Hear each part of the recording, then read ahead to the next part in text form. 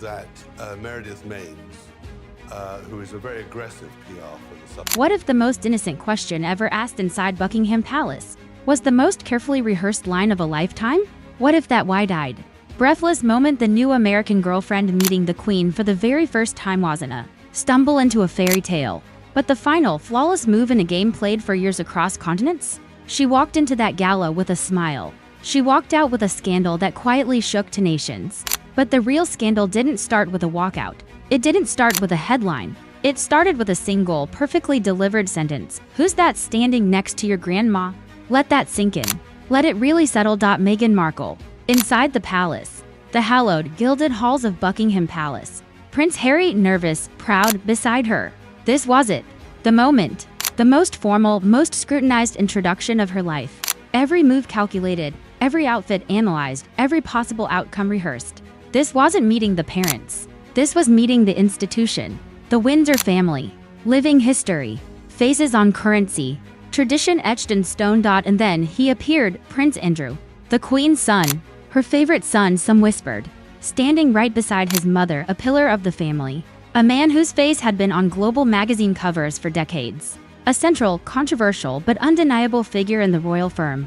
Not a background cousin. Not a minor royal buried in the lineage. The Prince Andrew and Meghan didn't know who he was, or so she asked. That's the story we were sold. The beautiful, irresistible narrative. The American actress, refreshingly unaware, charmingly detached from the dusty old royal circus. She just saw Harry's sweet grandma and a strange man in a suit. That was all. It was perfect, relatable, humble, the ultimate Cinderella moment, packaged for the modern world. But here's the jaw drop.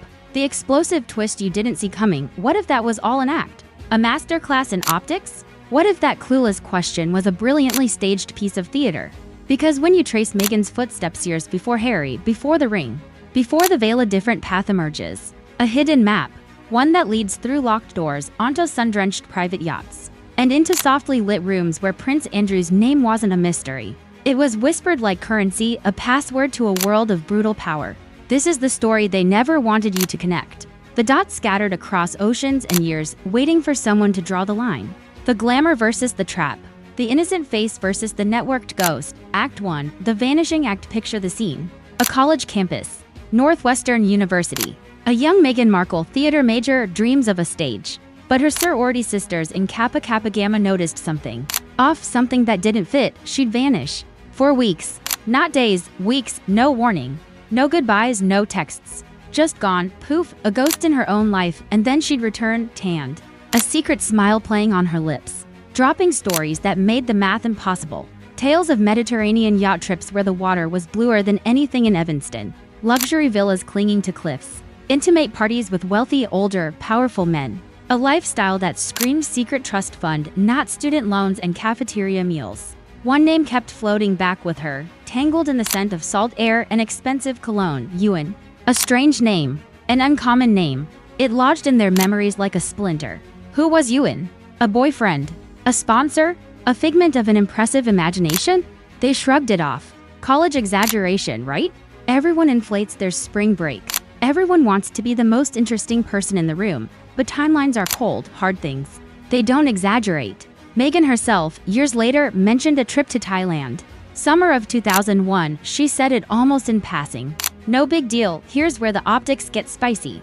Where coincidence starts to smell like something else. Guess who was making discreet, well-documented trips to that very region around that very time? Whose travel logs placed him in the orbit of Thai business elites and luxury resorts? Prince Andrew. Coincidence? The first time, maybe.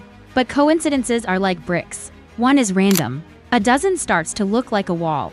A wall hiding something. No public confirmation as of now. Just whispers. Just patterns. Act 2, the Spanish gap. No, rewind further. Find the gap. The black hole in her perfectly polished, press-ready resume right after a short, prestigious-sounding internship at the U.S. Embassy in Argentina. The university records tell a different story. They show she enrolled in a study abroad program. In Spain, a full semester. An entire chapter of her young life. This should be a highlight reel. A story she'd tell for years. The fun, the chaos, the flamenco rhythms, the late-night conversations. The finding herself in a foreign land. It's the stuff of blog posts and interview anecdotes, but she has never ever spoken about it. Not in the hundreds of interviews. Not in her old, meticulously curated lifestyle blog, The Tig. Not a single nostalgic photo on Instagram. Not one throwback Thursday story about getting lost in Madrid or surviving on Tapas. It's erased. Purged, a memory wiped clean from her official history. Why? What happened during those missing months in Spain that needed to be forgotten?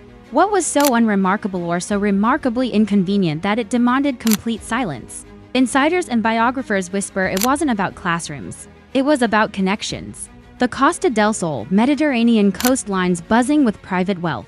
High-end travel on a college kid's impossible budget. The same social circuits where a certain billionaire named Euan Ellice, a man firmly, undeniably in Andrew's financial and social orbit, was known to travel.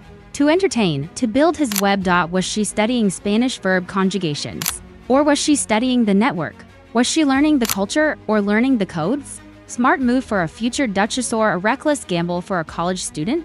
The question hangs in the air, sharp as a dagger. Act 3, the Hong Kong disappearance to 2012. Meghan lands Suits, a supporting role on a basic cable drama. A solid, steady job, but not stardom. Not even close. She was Rachel Zane. Paralegal, background, ensemble. Yet somehow, inexplicably, she gets flown business class to Hong Kong for a promotional event. Let's be brutally clear about how Hollywood works. Networks do not do this for background players. The economics are absurd. You fly the leads. You maybe fly the second lead. You do not lavish business class transcontinental flights on the actress playing paralegal number 2. The math is broken. The protocol is shattered, but she goes. And while there, floating in that neon-drenched city, she gives an interview, casual, breezy, to a local outlet. She's talking about the show, about life. Then she slips it in. She mentions that royalty is in town, not just royalty. She name-drops Prince Andrew, specifically, a throwaway line. A piece of chatter. Then, the interview vanishes, scrubbed from the internet. Wiped clean from every archive, every fan site, every digital corner. That doesn't happen by accident. A single low-view interview doesn't just self-destruct. That takes effort. That takes pull. That requires someone with leverage making a call. And Andrew was in Hong Kong exactly then. Fact. Were they in the same room? There are no photos. No receipts.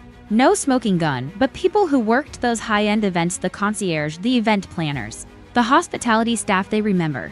The curated hotel lounges where the air smelled of money and secrecy. The private dinners in back rooms with no menus. The VIP spaces where cameras were banned and discretion was the only currency. They remember the circles overlapping. The air in the room shifting when certain guests arrived. It was her signature move, becoming clear.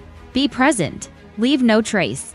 A ghost in the machine. Act 4, the billionaire's ghost climb didn't stop. It accelerated.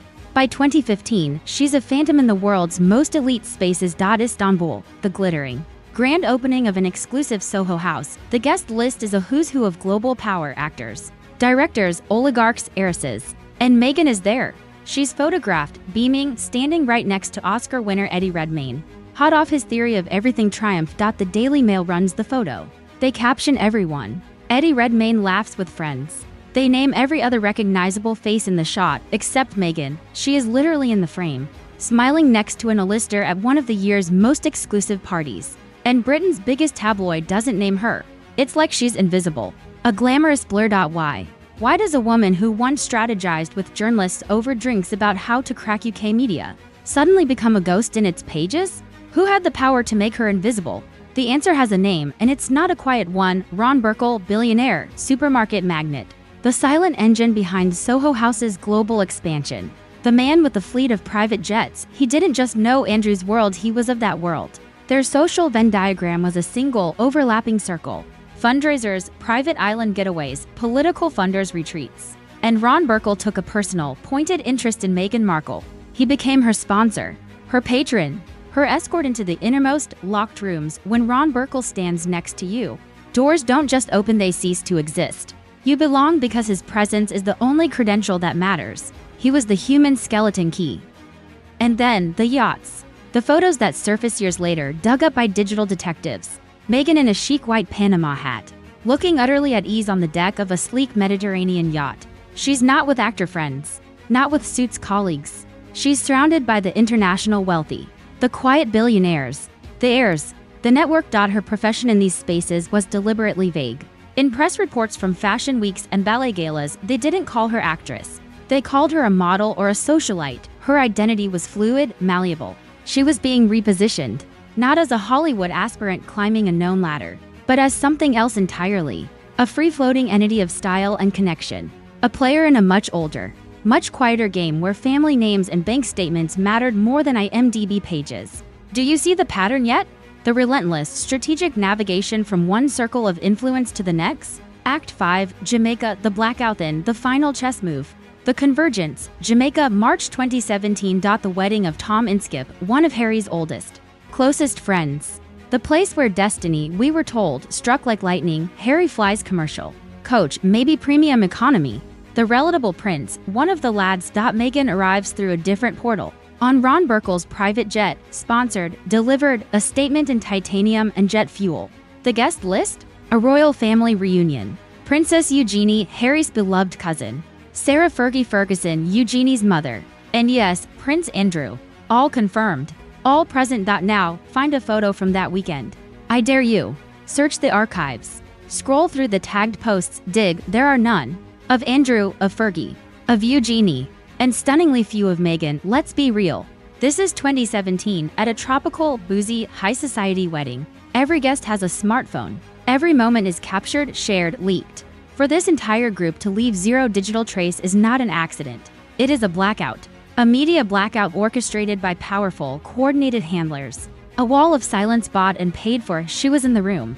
They were all in the room. The paths she'd spent a decade weaving around finally, physically converged. But the cameras somehow saw nothing. It was the perfect, silent confluence. Years of networking, of positioning, of moving through into adjacent worlds, all led to the single, controlled, invisible point on a Jamaican beach. Where she met her prince. By beautiful, random fate. Or by impeccable, long-term design. What would you believe if you saw the blueprint? The final question. So let's return one last time to that palace floor, to that breathless question. Who's that standing next to your grandma? Innocent ignorance? The charming fumble of an outsider? Or the master stroke of a supreme strategist who understood that the best way to infiltrate the most guarded castle on earth is to pretend you can't even see the walls? The fallout of this hidden timeline is a legacy of whispering doubt. It rewrites the fairy tale into a psychological thriller. It replaces chance with chilling choreography. It makes you wonder what else in the grand, beautiful narrative was just masterful theater. The optics are explosive. The whispers have become a roar. The hidden path is now laid bare, stone by stone, connection by connection. She wasn't the outsider she played. She was a networked insider, moving on a parallel track to royalty long before the tracks were ever meant to merge. So, I have to ask you, what's more shocking to you? The scandal of the hidden connections, or the sheer, audacious, breathtaking brilliance of the climb? Do you side with the fairy tale of destiny, or the cold, detailed evidence of the blueprint? This is the real debate. This is the story behind the smile, the truth behind the question. The ghost in the room has a name, and she's been there all along. Comment below right now, was it magic? Or was it the plan? Let's start the debate.